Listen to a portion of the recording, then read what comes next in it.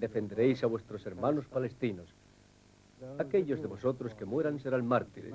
Los que sobrevivan serán felices. Pero ¿cuántos mártires iba a haber?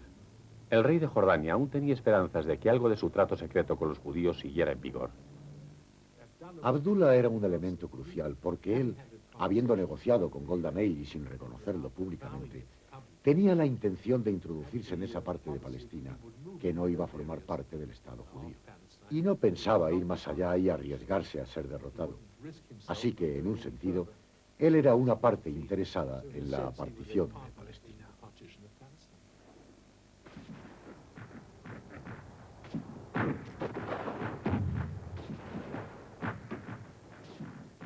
Si quedaba algo del acuerdo, este nunca había incluido Jerusalén. Abdullah y los judíos se vieron pronto luchando fieramente por la ciudad.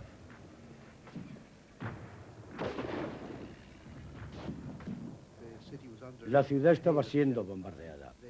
Se calcula que 10.000 bombas aterrizaron en la ciudad santa. Mi esposa fue alcanzada.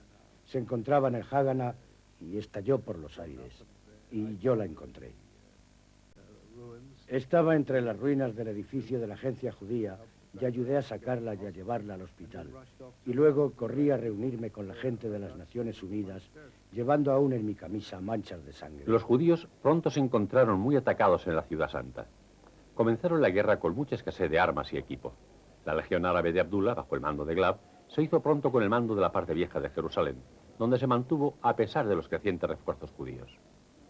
La legión fue la única fuerza árabe a la que los israelíes no pudieron arrojar de sus posiciones en esta primera guerra árabe-israelí.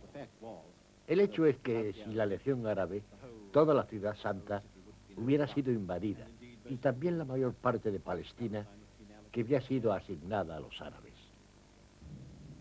Después de un mes de lucha, las Naciones Unidas enviaron un mediador, un conde sueco llamado Bernadotte. Parecía una especie de salvador. En otras palabras, había venido realmente a traer la paz en beneficio de las Naciones Unidas. Pero en un momento de esta llamada mediación, propuso que la totalidad de Jerusalén le fuera entregada al rey Abdullah de Transjordania. Bueno, cualquiera que en aquel tiempo, especialmente en un momento como ese, hiciera una propuesta de ese tipo, no podía haber estado en contacto con las realidades políticas de la época. Nos sentimos totalmente horrorizados. Para desmayo de los líderes israelíes, Bernadotte y uno de sus colegas fueron asesinados por los extremistas de la banda judía Stern. Uno de los líderes de la banda Stern en aquella época era Yitzhak Samir, ahora primer ministro de Israel. Los ataúdes del conde Bernadotte y el coronel Sherot, el observador de las Naciones Unidas que fue asesinado mientras viajaba con el mediador, salen ahora del edificio Inca en Jerusalén. Esto es lo que peor podría habernos ocurrido porque nadie del mundo exterior iba a diferenciar entre una clase de judíos y otra clase de judíos. Lo que la gente iba a decir y lo que dijeron fue que los judíos habían matado a Bernadotte. Los judíos derrotaron ahora al resto de los ejércitos árabes y para Navidad el mapa de partición de Palestina que se había acordado en las Naciones Unidas formaba ya parte del pasado. Los israelíes habían ampliado su estado al expulsar a los libaneses y a los sirios en el norte y rechazar a los egipcios en el sur. Solo la legión árabe de Abdullah había mantenido el control de una parte importante de Palestina. Esta parte se conoció como la Ribera Occidental y se anexionó después a Jordania. Y tras 6 semanas de urgentes negociaciones, ha sido firmado el armisticio entre Egipto e Israel. Los árabes se vieron obligados a negociar y Egipto fue el primero. Firmaron un armisticio en la isla de Rodas. Luego les llegó el turno a los jordanos. Mientras sus representantes interpretaban sus papeles en las conversaciones sobre el armisticio, Abdullah, una vez más, decidió controlar los sucesos personalmente y negociar el mismo con el enemigo, en secreto, aquí en Sune. En esta ocasión, cuando los israelíes vinieron a verlo, se sintió sorprendido de no ver entre ellos a su adversaria, Golda Meir. ¿Dónde está? ¿Dónde está?, preguntó. Está de visita en Moscú, le respondieron. Que se quede allí, que se quede allí, dijo demostrando su alivio. Entonces entraron y empezaron a hablar. Abdullah había sido el mejor parado de todos los árabes que participaron en la guerra. Había conseguido la Ribera Occidental, pero los israelíes eran ahora mucho más fuertes y el rey lo tenía bastante difícil. Se veía muy por encima de la delegación, ya que él era rey, no parte de la plebe. Los simples mortales son los que negocian. Un rey está por encima de ellos. Así que, siempre que la negociación se encontraba con un obstáculo, Él solía intervenir y pontificar. Hablaba con las dos partes, como si actuara de mediador entre los jordanos y los israelíes. Los israelíes querían el control de una carretera importante que unía dos partes de su nuevo Estado de Israel. Las tropas de Abdullah habían terminado la guerra tomando posiciones en el valle, el Wadi Ara, a través del cual pasaba la carretera. Los israelíes le dijeron que tenía que cederles la carretera y las aldeas vecinas si quería la ribera occidental, y dicen que apenas se opuso. Ni siquiera lo discutió. Se limitó a decir, es vuestra, cogedla. No comprendíamos por qué había cedido tan rápidamente, porque podía haber adoptado una posición de fuerza y haber dicho no, desde luego que no. O podía haber intentado sacar mayores ventajas. Bueno, después, en el curso de las conversaciones, averiguamos por qué. En la zona de Wadi Ara no había nada aparte de un grupo de aldeas muy pequeñas de las que nadie había oído hablar, ni en el mundo árabe, ni en ninguna otra parte. Los partidarios de Abdullah dicen que se mantuvo firme y que solo las amenazas le hicieron claudicar. Los judíos le dijeron claramente, si no nos cede usted esas aldeas, seguiremos luchando y ocuparemos el resto de la parte árabe de Palestina. Y él no podía arriesgarse a que eso ocurriera, porque sabía que su ejército no era lo bastante fuerte como para enfrentarse a ellos. Esta gente le chantajeó, si me permiten usar la palabra, le amenazaron. Hablaban de armas y de tierras, pero sus fuerzas eran las armas. En cualquier caso llegaron a un acuerdo. Abdullah entregó a los israelíes las aldeas y la carretera que suponía un vínculo vital entre Tel Aviv y Galilea. El trato le ofreció a él una tregua en la ribera occidental, pero también le supuso acusaciones de traición por parte de las aldeas que entregó. Los murmullos contra él se convirtieron en clamores.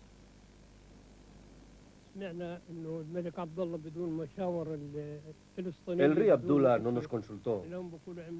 Accedió a entregar nuestras aldeas en Rodas.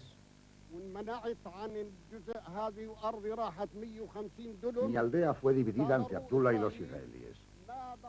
Yo perdí mis 150 acres de tierra que pasaron a Israel. No puedo pisar mi propia tierra, la he perdido para siempre.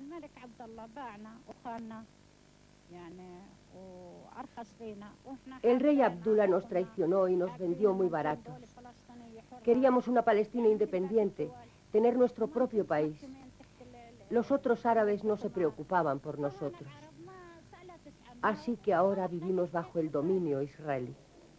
Impávido, Abdullah intensificó su doble juego diplomático, haciendo lo que pudo para construir puentes con su vecino egipcio, el rey Farouk, y con los otros árabes, mientras que al mismo tiempo proseguía con sus negociaciones secretas cada vez más ambiciosas con los judíos. Estuvo a punto de firmar un tratado de paz que hubiera supuesto el reconocimiento de Israel 3 décadas antes de que ningún otro estado árabe pensara en ello. Pero ese tratado no llegó a firmarse. Las condiciones para llegar a un acuerdo no se produjeron y, francamente, no había muchas esperanzas. Las exigencias del pueblo judío, de las tropas judías, eran tan grandes que no hubo modo de que ningún árabe pudiera firmar la paz con ellos. Lo que no quiere decir que no tuviera razón al dialogar. El rey Abdullah tenía razón, pero para ser franco con los judíos, con usted, lo cierto es que los judíos traicionaron a Abdullah. No le hicieron ninguna oferta que les permitiera salvar las apariencias. Si los judíos le hubieran hecho entonces una buena oferta, bueno, Abdullah era valiente. Él hubiera firmado de acuerdo con ellos, pero no le ofrecieron nada.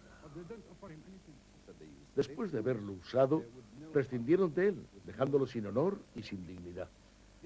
Lo habían usado como se usa un cigarrillo. Cuando lo has terminado, lo tiras sin piedad. En 1951, Abdullah tenía el aspecto de un hombre solitario, que ni siquiera estaba en contacto con sus propios ministros y condenado por la mayoría de los árabes por haber tratado con los judíos a sus espaldas. Le dijo a un diplomático de los Estados Unidos de alto rango: soy un hombre de 69 años. Tengo el corazón roto. Quiero la paz.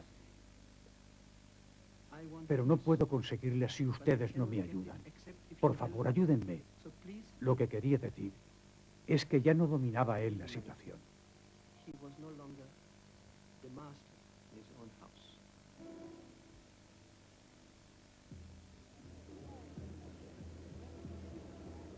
El 20 de julio de 1951, El rey Abdullah paseaba como siempre por las calles de Jerusalén para ir a rezar las plegarias del viernes en la mezquita Aqsa.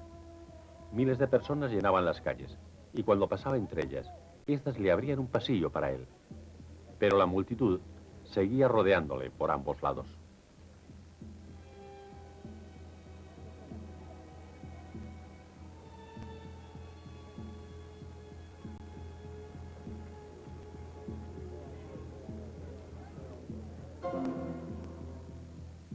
Al acercarse a la mezquita, su nieto estaba a su lado. Y entonces se volvió y comenzó a entrar en la mezquita. Al llegar desde la calle, el interior estaba oscuro. Yo vi una figura con un revólver en la mano, apuntando a mi abuelo. Y entonces parece que el tiempo se detuvo y debió haber disparado casi inmediatamente. Y vi a mi abuelo darse la vuelta y caer hacia atrás. Yo intenté ayudar.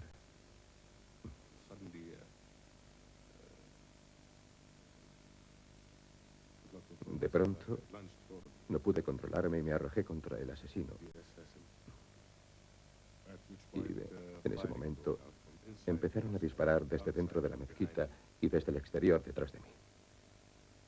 Y el asesino fue alcanzado, pero mientras caía aún seguía disparando y una de sus balas aparentemente me dio. No lo noté hasta después. Rompió la medalla que llevaba y me desgarró la chaqueta. Otra bala que procedía de detrás de mí me rozó la oreja, pero entonces miré alrededor. Mi abuelo estaba en el suelo. Corrí hacia él cuando llegaba su médico. Estaba bastante claro que no podía hacer mucho por él.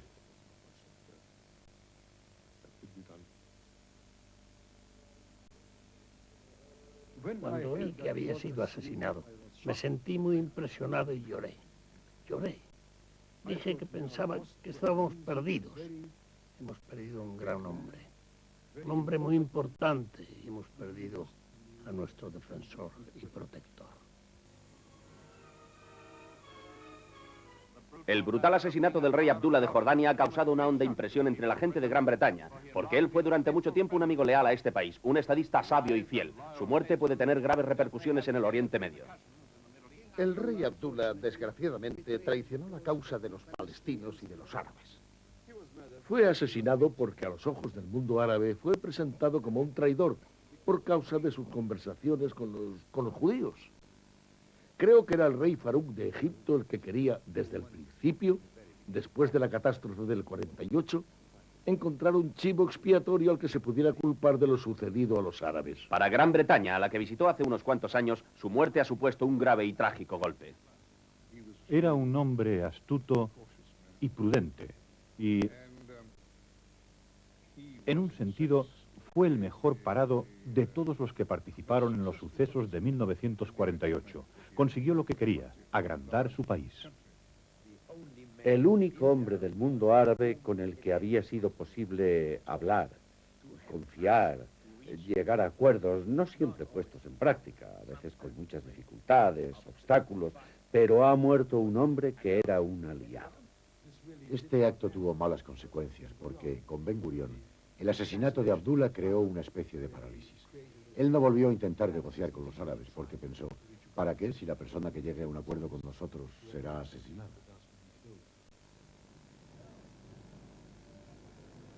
Treinta años después del asesinato de Abdullah, el presidente Sadat de Egipto corría la misma suerte.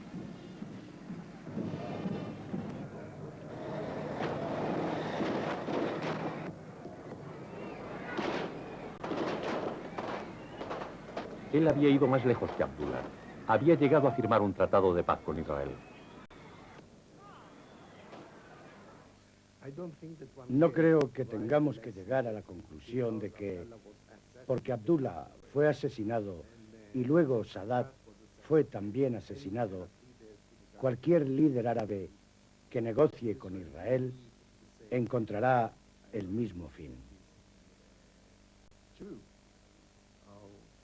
No creo que eso sea cierto. Simplemente estamos destinados a vivir aquí y por lo tanto debemos alcanzar algún tipo de compromiso. En cuanto a los palestinos que viven ahora bajo la ocupación israelí, aún sufren las consecuencias del fracaso de sus líderes hace 40 años. Fueron ignorados por el rey y por los judíos. El mundo ignoró también a los palestinos y ahora el mundo está pagando el precio. No teníamos derecho ni moral, ni legal, ni histórico a decidir el futuro de Palestina. Les fallamos a los palestinos, nunca nos preocupamos nada por sus derechos. Nadie salió ganando. Desde luego no los árabes. Perdieron sus tierras. Legalmente les pertenecían. Gran Bretaña perdió su reputación e Israel perdió una gran parte de su honor. Pero los israelíes no lo ven de este modo. Ellos se ven celebrando el 40 aniversario de la patria por la que han sufrido y por la que han suspirado durante 2000 años. Lo que aún no han ganado es la paz para disfrutarla.